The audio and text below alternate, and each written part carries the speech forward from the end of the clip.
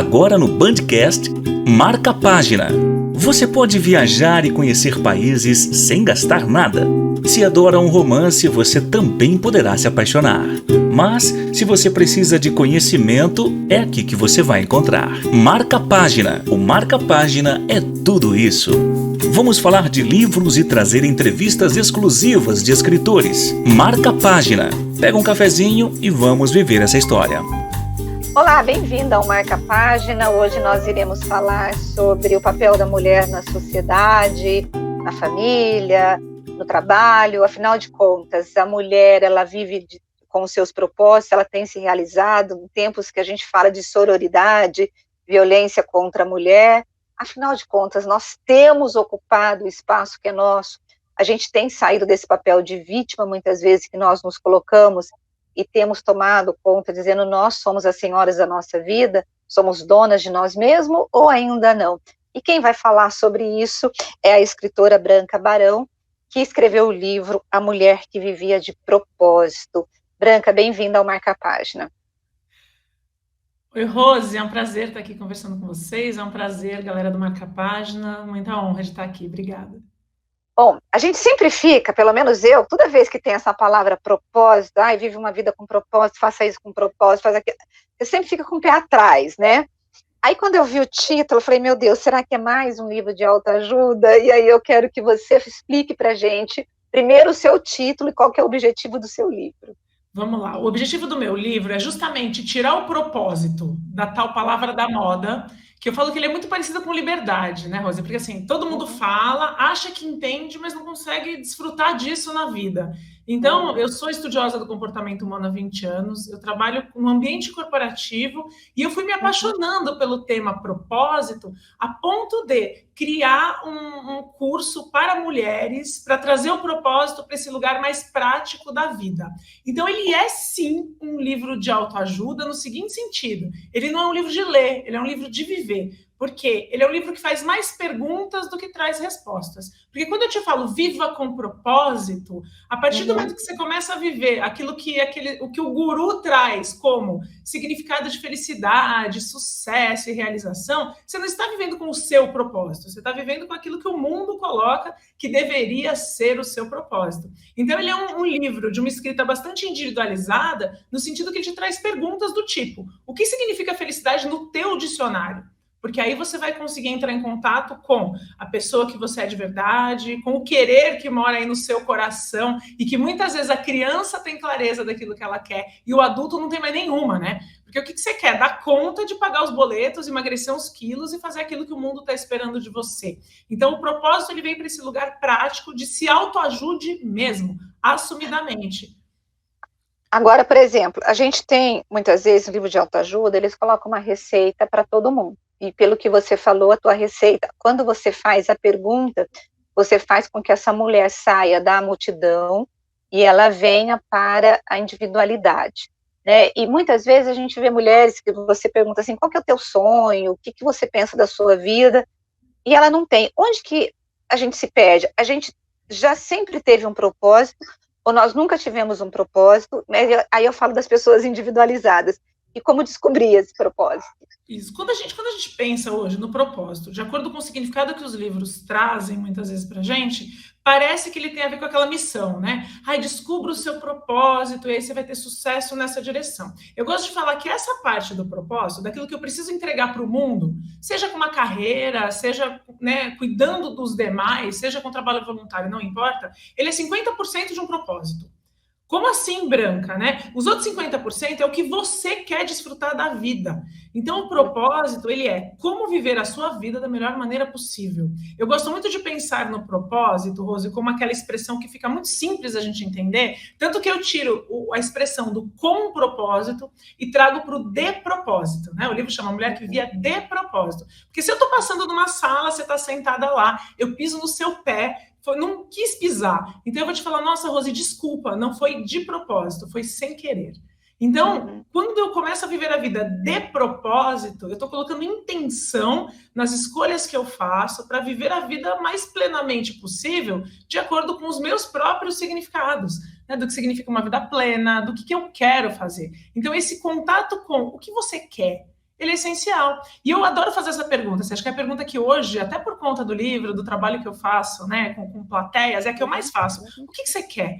A criança, ela sabe o que ela quer. A criança, ela já tem planos do que ela quer ganhar no próximo aniversário, próximo Dia das Crianças, na Páscoa, qual é o ovo que ela quer, e no Natal. E a gente fica assim, o que eu quero? Pagar boleto, quero emagrecer, eu quero dar conta do que eu tenho que dar. Porque ela não tem, muitas vezes, a clareza daquilo que o coração dela está, de fato, apontando.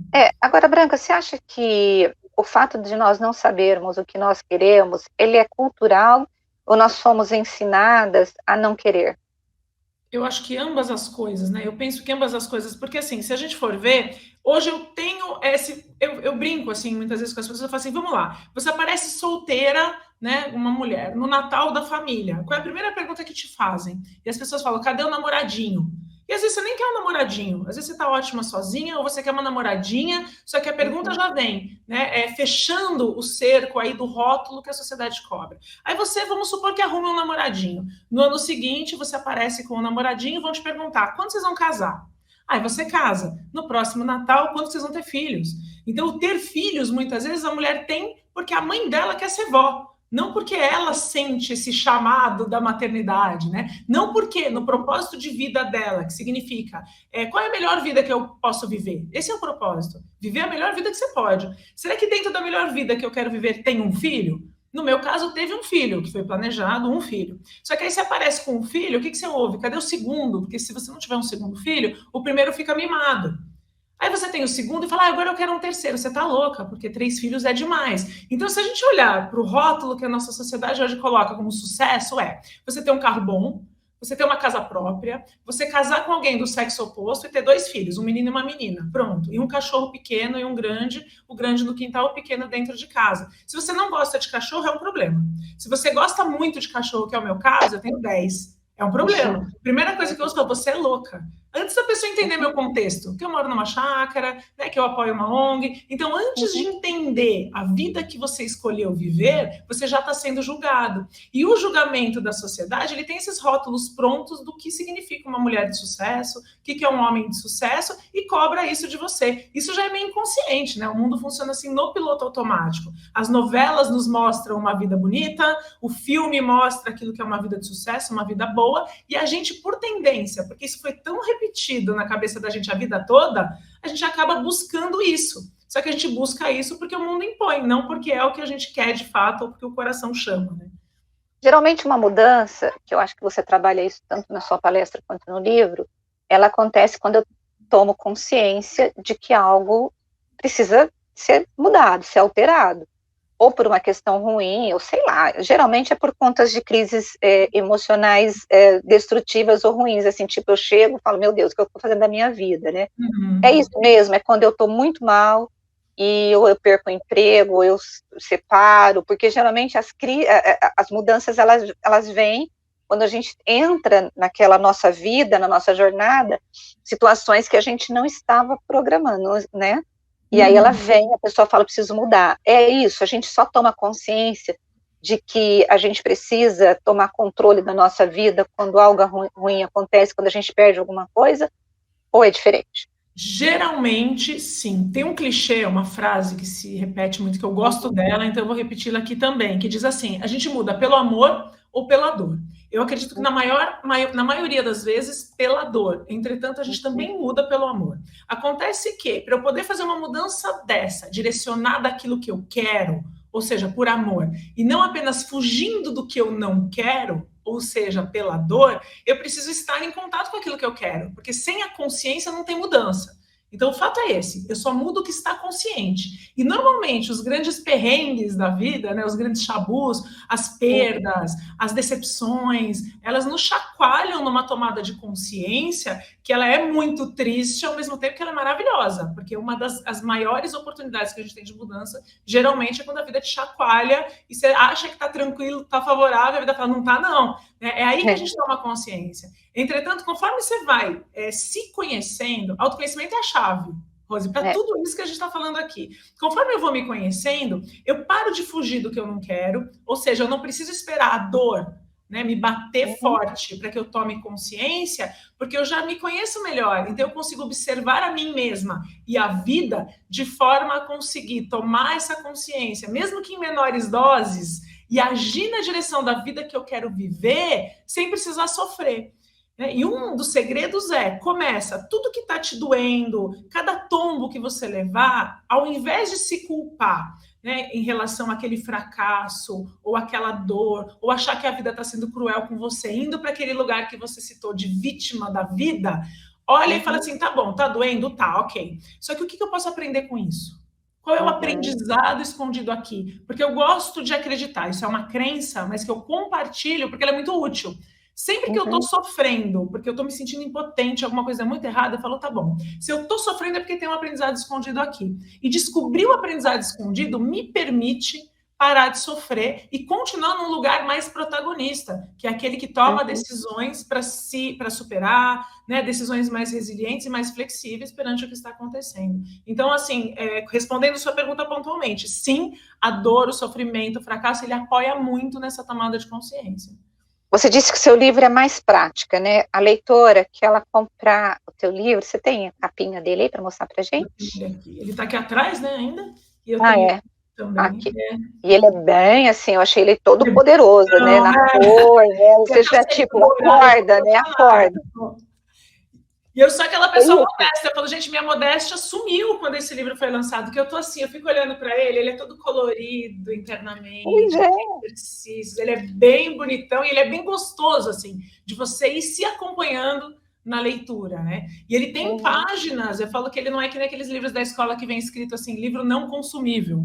Ele é um livro que vai ser difícil de emprestar, porque ele tem, assim, tanta coisa para fazer nele, que difícil, porque até 30 dias de diário pós-descoberta do tal do propósito, porque você chega nele de uma forma tão prática, que aí o que eu peço? Durante 30 dias acompanhe a sua vida com essa consciência de que isso é importante para você, desses valores que você descobriu aqui. E aí a pessoa vai falando, hoje eu consegui perceber que o meu propósito estava acontecendo no café da manhã que eu tomei, em coisas simples do dia a dia. Então, por 30 dias, ela acompanha a descoberta que ela faz no livro, escrevendo ali uma espécie de diário. Então, ele não é um livro para emprestar, né? E você tem histórias para compartilhar conosco aí de alguma coisa que você, durante as suas palestras, e porque você traz muita coisa daquilo que você vive, né? Sim, sim, sem dúvida, né? Eu tenho histórias minhas e tenho histórias de participantes da palestra sobre propósito. Então, teve uma vez, numa empresa, era um grupo de 800 pessoas, homens, mulheres, de vários níveis hierárquicos, e no final, uma mulher veio me falar assim, você mudou minha vida, e eu vou te contar depois por quê. Eu não acredito que a gente muda a vida de ninguém. Eu acho que o que a gente traz, né, quando a gente tem coragem de entregar o melhor da gente, encaixa.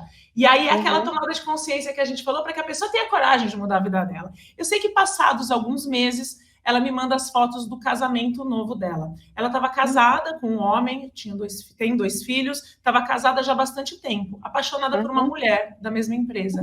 E ela na mesma situação, casada também, sem coragem de falar como é que eu falo, né? Que para o meu marido que eu quero me separar dele porque eu estou apaixonada por uma mulher. Como é que eu falo para minha família? Como é que vai ser esse impacto na empresa?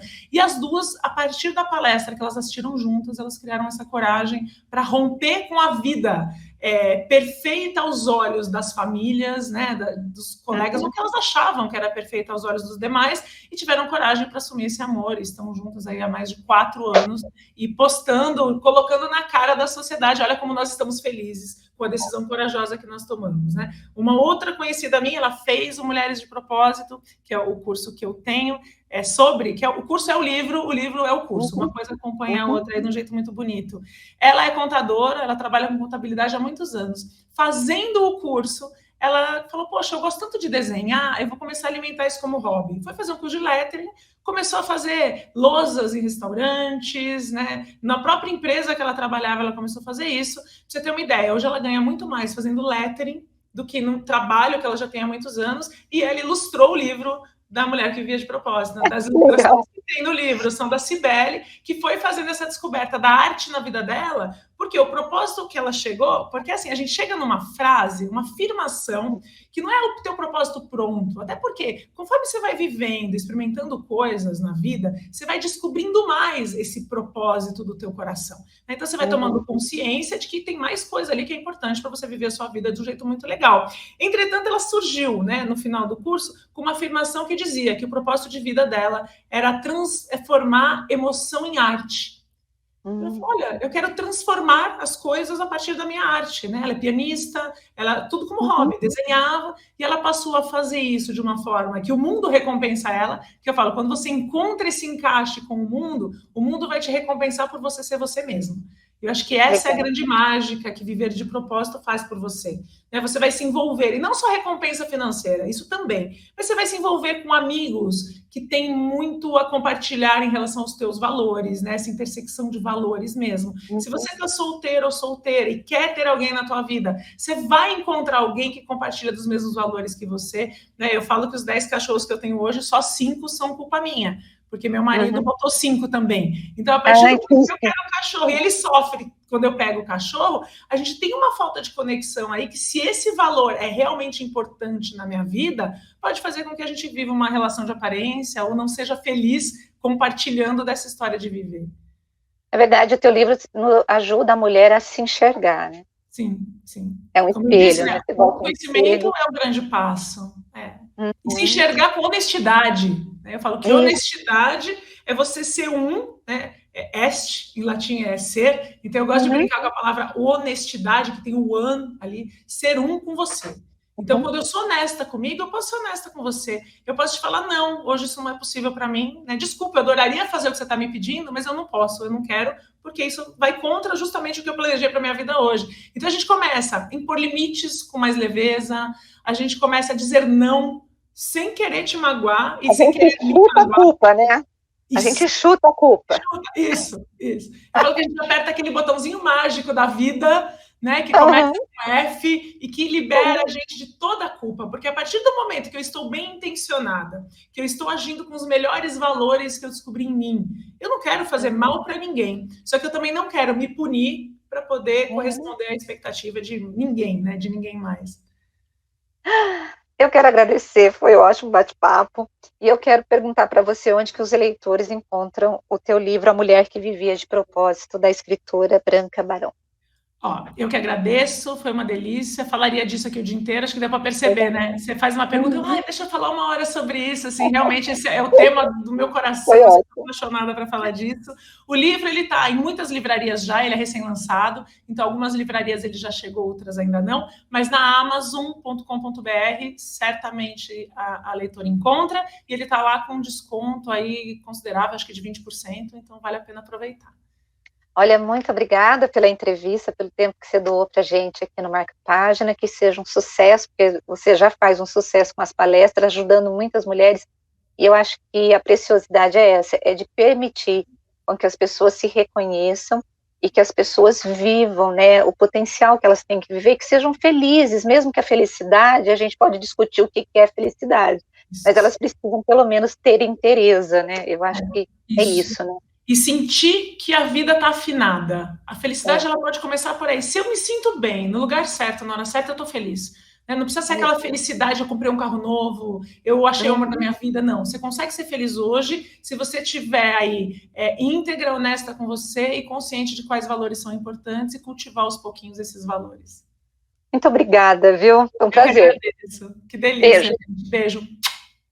Beijo. Gente, eu quero agradecer a tua companhia que esteve conosco até agora.